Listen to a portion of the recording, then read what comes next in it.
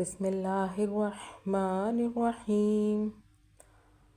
هل أتى على الإنسان حين من الدهر لم يكن شيئا مذكورا. إنا خلقنا الإنسان من نطفة أمشاج نبتليه فجعلناه سميعا بصيرا.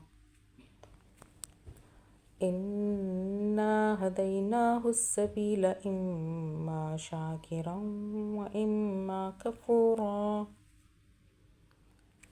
إنا أعتدنا للكافرين سلاسل وأغلالا وسعيرا. إن الأبرار يشربون من كأس كان مزاجها كافورا. عينا يشرب بها عباد الله يفجرونها تفجيرا. يوفون بالنذر ويخافون يوما كان شره مستطيرا. ويطعمون الطعام على حبه مسكينا ويتيما وأسيرا. إنما نطعمكم لوجه الله لا نريد منكم جزاء ولا شكورا.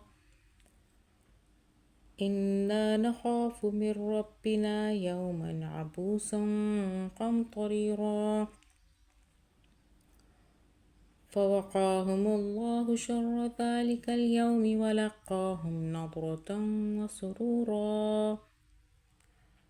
وجزاهم بما صبروا جنة وحريرا. متكئين فيها على الأرائك لا يرون فيها شمسا ولا زمهريرا. ودانية عليهم ظلالها وذللت قطوفها تذليلا. ويطاف عليهم بآنية من فضة وأكواب كانت قوارير من فضة قدروها تقديرا. ويسقون فيها كأسا كان مزاجها زنجبيلا. عينا فيها تسمى سلسبيلا. ويطوف عليهم ولدان مخلدون إذا رأيتهم حسبتهم لؤلؤا منثورا. وإذا رأيت ثم رأيت نعيما وملكا كبيرا. عاليهم ثياب سندس خضر واستبرق وحلوا أساور من فضة وسقاهم ربهم شرابا طهورا. إن هذا كان لكم جزاء وكان سعيكم مشكورا. إنا نحن نزلنا عليك القرآن تنزيلا. فاصبر لحكم ربك ولا تطع منهم آثما أو كفورا. واذكر اسم ربك بكرة وأصيلا. ومن الليل فاسجد له وسبحه ليلا طويلا. إن هؤلاء يحبون العاجلة ويذرون وراءهم يوما ثقيلا.